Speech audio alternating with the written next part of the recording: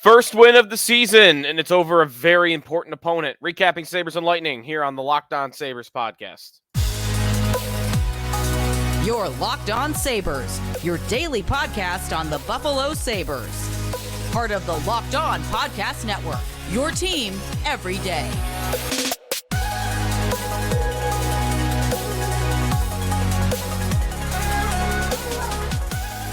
And thanks for making Locked On Sabres your first listen every day. We are free and available wherever you get your podcast. Part of the Locked On Podcast Network, your team every day. Be sure to check us out on our YouTube channel if you haven't yet. Like and subscribe us there. You can always get a hold of us at Locked On Sabres on Twitter or on our YouTube channel as well. 3-2 in overtime. Sabres over the Lightning. There's a lot to pick through in this game, including some off-ice things as well, but also, of course, on the ice, some guys getting on the score sheet for the first time, and my thoughts on Tampa and why I think they're in big trouble this season. That's coming up here on the show, so stay tuned for that. These 7:30 puck drops, man, not a fan. I don't need more of them. We've had back-to-back 7:30 puck drops. I am an early riser. If you listen to me on WGR, you know that I'm on the air at 6, which means I'm getting up before 5, and 7:30 game, and I'm going to these games. I love being in the arena. If I ever have the opportunity to be in there, I never want to miss it. Think about it. Game ends at 10 instead of 9:20, 9:30. Get home at 10:20. You fall asleep hopefully by 10:30, 10:45. It's still, I guess, 6 hours of sleep, which I'm starting to get a little more accustomed to. But I don't need these 7:30 puck drops. Enough. But luckily for me, we don't have any for a while. We do have a 6:45 game next week, but 7 o'clock on Thursday against Calgary. Thank goodness. I need that for sure. But to get through the game, a couple of things that are off the ice that I want to get to. Again, my second go-round with the food at KeyBank Center. Night 2 for me on that front. And 2 for 2. Went with the fried chicken sandwich in night 1. Went with the nachos on the 2-foot nachos in game number 2. They're finally starting to get some options, some good options in the arena. You still have to know where you're going. This was in the Southern barbecue place that they have on the 100 level, but they were great. These nachos were great. They were, again, I said brewery chicken sandwich, a good brewery chicken sandwich. That's how I describe the nachos. The nachos you'd expect at a good brewery. So the food is getting better. The game day atmosphere, like they have added some paint in places where they probably should have done that 5 years ago in the arena. I just think the game experience has been upgraded. Every little things. It's not all food, although, hey, there's a cotton candy machine now. A make-your-own cotton candy machine. What else? There's a Slurpee machine in the arena now, too. So, again, they are doing better on the food front, especially. But other things. I think the music in the arena, I've talked about the live music before that they have now between the periods. There's more standing room, it looks like. I don't really know. Maybe that's just a feeling that I'm getting. But it seems like they've moved some carts that used to be in certain places where not in like the places that you would congregate, like near the Odd Club or the Blue Zone out in front of the arena. They've kind of opened up those spaces a little bit for more standing room. But I've liked it through 2 games. I've thought the experience in the arena is a lot better. The lightsaber sound effect after Devon Levi makes a big save. I can get on board with that. It's fine. Not as annoying as it was for me night 1. And again, the music, the DJing, the live music, I think it's better. It's definitely better. That being said, part of the story of this game, Sabres and Lightning, Tuesday night, 3-2, Buffalo over Tampa, was that attendance was not great on the surface. And for being a nationally televised game, I guess you don't love that as a look, but I do think it's defendable. 12,598. That is 66%.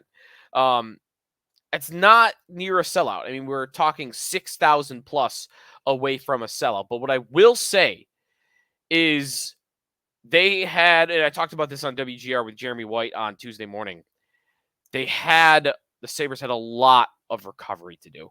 A lot of recovery. They lost through their 11-year playoff drought and COVID shutting everything down. They lost an enormous chunk of their season ticket base. A huge, huge chunk. And it's very clear that has not yet been completely repaired. It's been improved, but they do not have the base back that they had 4 or 5 years ago. They do not. And they're working their way back. And I think you are seeing that in the numbers attendance-wise. Even though it's only just under 13,000, that was more basically last year. If you look at the attendance during games in October, it was more than basically every game they played last October except for the opener. That was it. So it's a Tuesday night. You're doing better.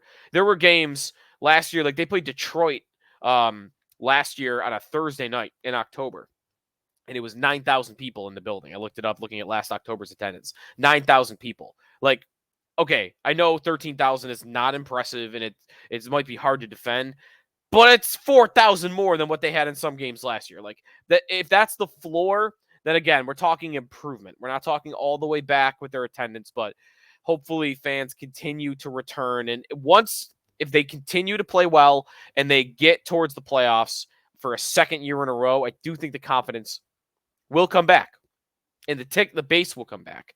But it's gonna take some effort, I think, to repair that back to where it was at one point. Let's get to the game, though. Things about the game. I want to go through some of the goals in a minute, but one thing that we talked about and focused on our last show that I want to just recap for you.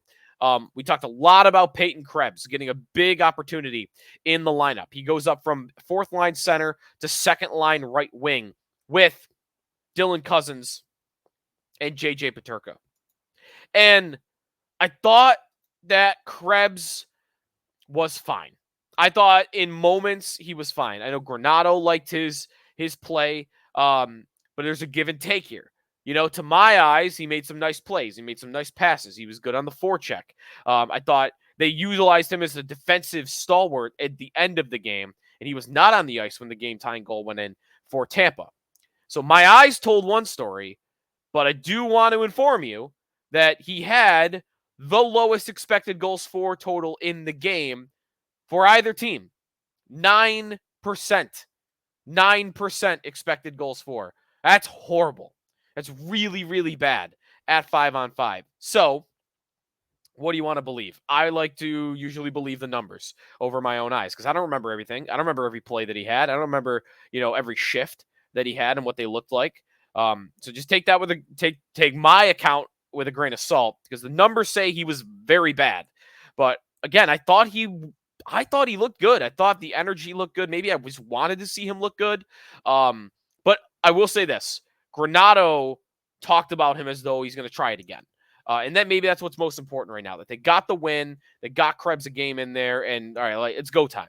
We're not going to give you half a season to make this work, but if he did enough to get to the next game, then maybe he can look good against Calgary.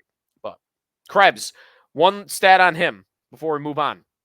He is the only player in the NHL that has played more than 30 minutes of ice time that does not have a shot attempt.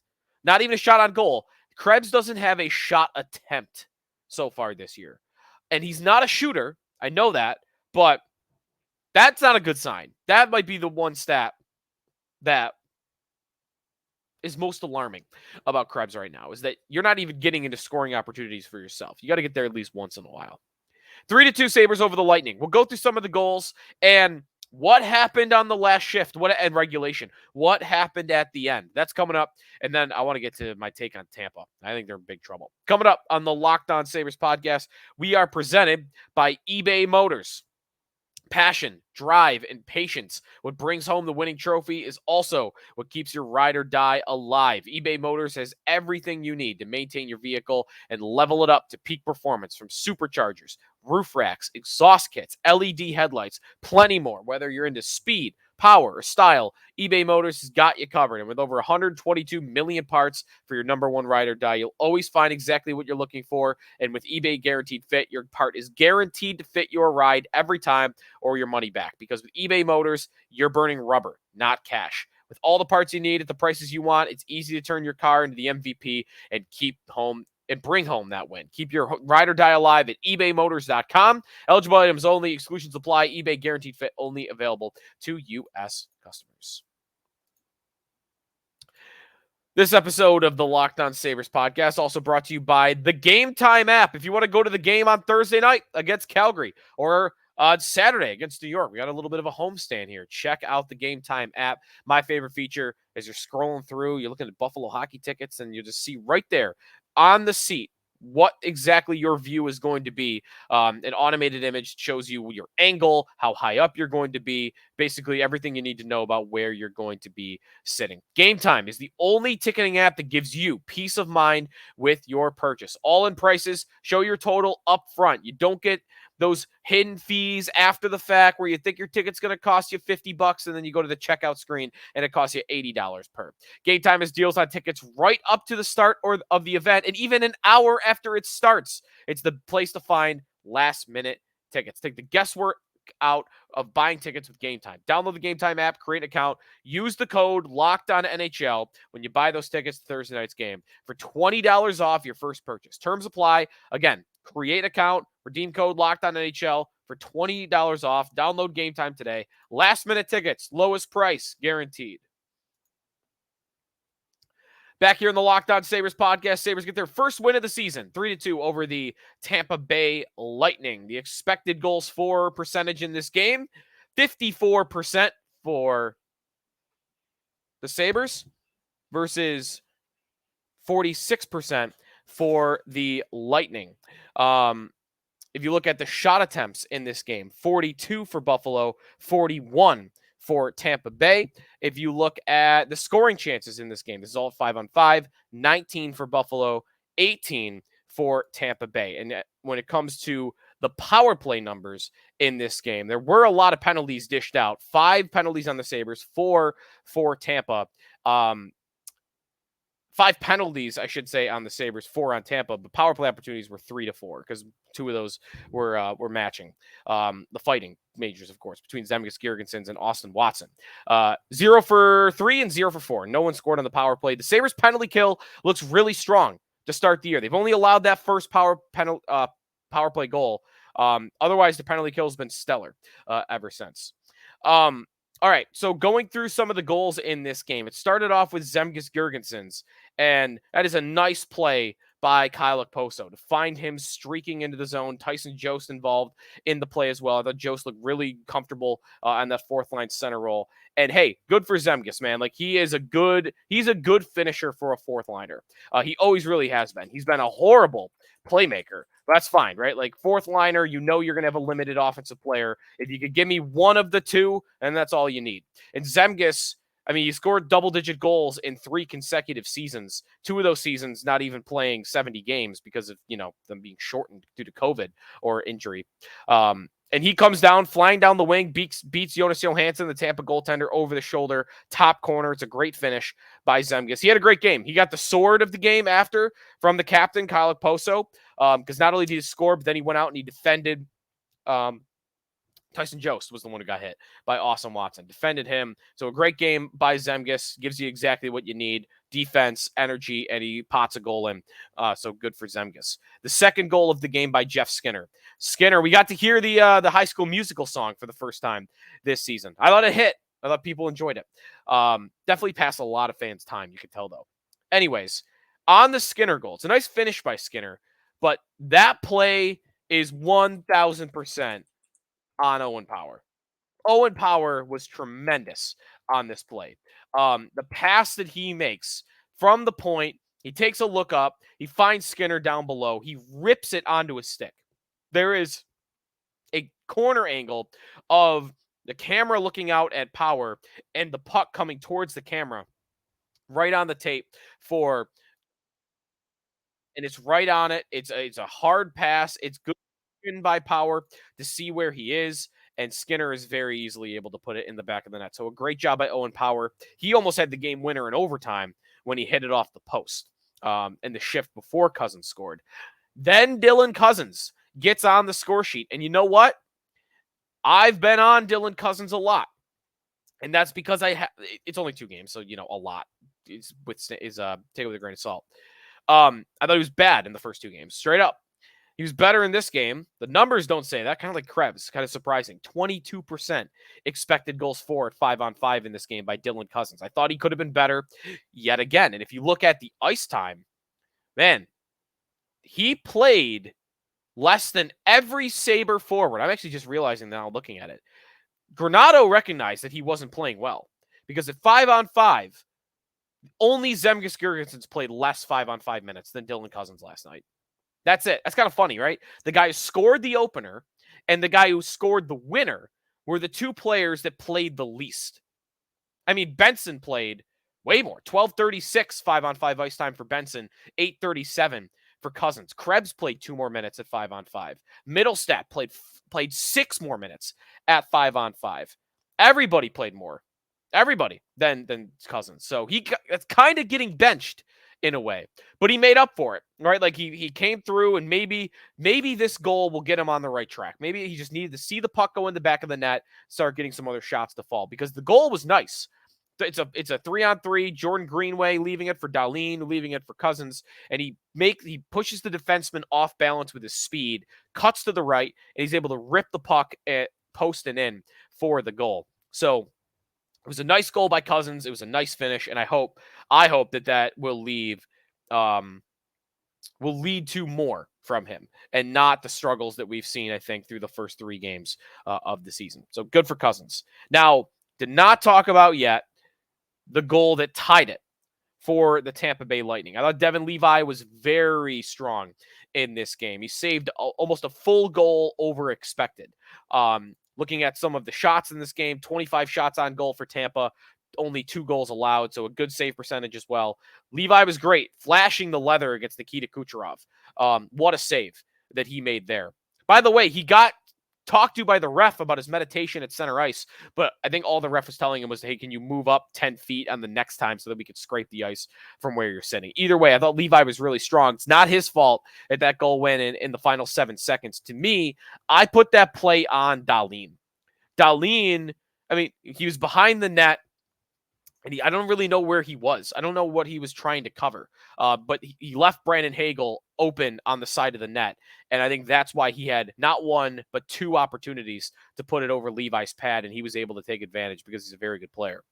So Darlene needs to be better, I think, in that late game situation. But I also would question Granato a little bit on that last shift. It was an offensive zone entry face-off with less than 2 minutes to play, up 1. Listen, Tage Thompson's actually been really good defensively so far this year. Through 3 games, he's been a lot better than he's typically used to. But historically, Thompson and especially Skinner are not good two-way players. They're not good in their own end. And for that to be the line you chose to put out there to close the game out, I mean, I know they're the number 1 line, but I would have liked to see Krebs out there again. I would have liked to see the Middlestat line out there again. Really, with Benson, I think Benson's a better two-way player than Skinner is at this point. I think Middlestat historically is a better defensive player than Thompson, and Greenway and Tuck might be a push. Actually, I wouldn't say that. I think Tuck's an elite defensive player sometimes in certain things. But Greenway's been really good too. I think I would have thrown that line out there. I might even put the Girgensons out there instead of Skinner. Couldn't you have done that? Do Tage, Girgensons, and Thompson. But Skinner, to me, is not very helpful in a situation like that. Thompson, I know he's been better, but I think I'd like to have a different centerman out there. So that is what we saw on the game-tying goal, but I think Darlene was the one who really made the mistake. Also, Matthias Samuelsson, should have mentioned this at the top, injured in the game, upper body injury. We'll see. He did not return to the game. He's had a lot of injury problems in the past. So here's the hoping. It's not major, because their record without Samuelsson last year was putrid. It's really what kept them out of the playoffs, their inability to win a game without him. Now, what might be better is that Eric Johnson and Connor Clifton now being in the fold.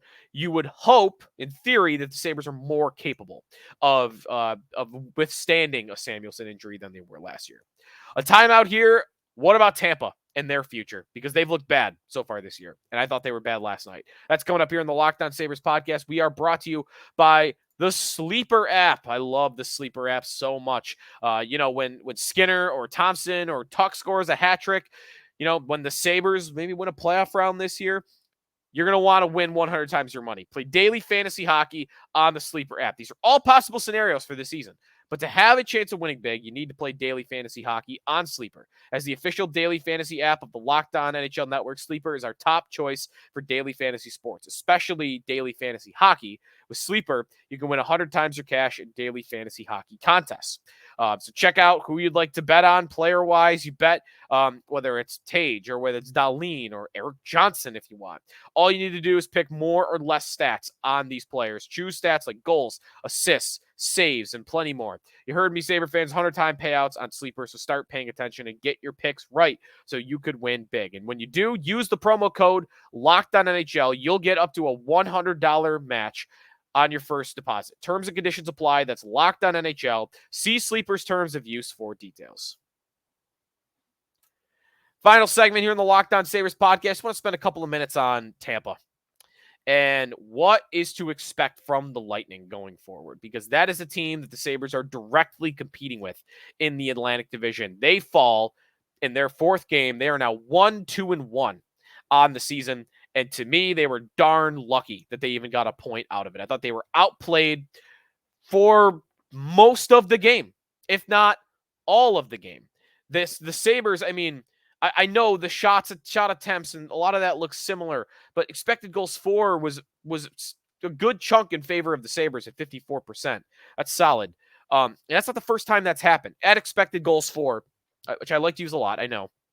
But through 4 games, Tampa has not been the better team on that stat yet. 35% against the Nashville Predators in their opener. They won that game, but they were outplayed in that game. It was a bad night by UC Saros. 32% against Detroit, who's not a good hockey team, and then exactly 45.2% against Ottawa and Buffalo. They've been outplayed 4 games in a row by 4 teams that did not make the playoffs last year. I don't think they're good. And Stamkos, I know, has been missing for 2 of those games, the Ottawa game and the Buffalo game. And that is big. I know it's significant, but that's part of it here. Tampa always has their injuries, and they are no longer the team built to withstand those injuries. They are not deep anymore. One of the staples of those cup teams that they had wasn't just their elite play at the top from Point and Stamkos and Kucherov, but it was also they had Tyler Johnson on the third line. They had Anthony Cirelli on the third line. They had Pat Maroon on the fourth line. They had guys littered throughout the lineup that could step up. Remember, who's the guy who's in Seattle now? Oh, this is going to kill me. Yanni Gord was scoring 30 goals on the third line. Just everywhere you looked. Alex Killorn. These guys aren't there anymore. And they don't have the depth to withstand injuries. And they have injuries already to 2 of their most important 4 players. Vasilevsky gets hurt. Jonas Johansson's not good. 2 of those goals the Sabres scored last night, I thought he should have saved. Now, maybe there was a couple that he should have let in that he didn't.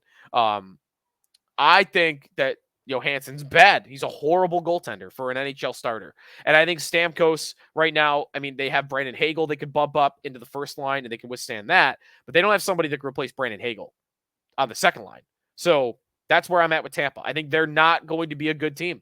I think they're going to miss the playoffs. Right now, they are plus money to miss the playoffs at FanDuel Sportsbook, plus 106, just barely, almost 50-50 if you actually look at it by the odds. And right now, goaltending-wise, out of the 54 goalies that qualify for goals above expected, they have the 47th best goaltender and the 40th best goaltender. So, not impressed. I was not impressed by Tampa last night. Way too many Zach Bogosian minutes. You know what? You know what you need to know about Tampa and where the state of their team is? Look how many Jason Botterill guys they're relying upon. And not even the good Jason Botterill guys. Zach Bogosian. Although I guess Murray traded for him. But Bogosian playing big minutes. Not a good player. Connor Sherry playing minutes. Not good. He wasn't good when he was on the Sabres. He's not good anymore. Johansson playing in net. Not good. That's all you need to know about the Lightning. I think they're in big trouble. And actually, what does their schedule look like coming up? They play Vancouver, then Toronto, then Carolina. So 2 of their next 3 are against division favorites. So keep an eye on that. They do have a couple of soft games after that, San Jose, Seattle, and Columbus. But they got 2 of their next 3 games are pretty tough. Sabres will not see Tampa again, by the way, for a while. Sabres don't play Tampa until January 20th. That's an afternoon game. So we got a long time until the Sabres will see them again. Next up is Calgary. We'll talk about that game next time here in the Locked On Sabres podcast for you everydayers. So tune in. We'll talk about the lineup. What's going on with Calgary? They're always in a weird spot, aren't they? That's coming up next time on the Locked On Sabres podcast. Thanks for making us your first listen every day. Part of the Locked On Podcast Network, your team every day.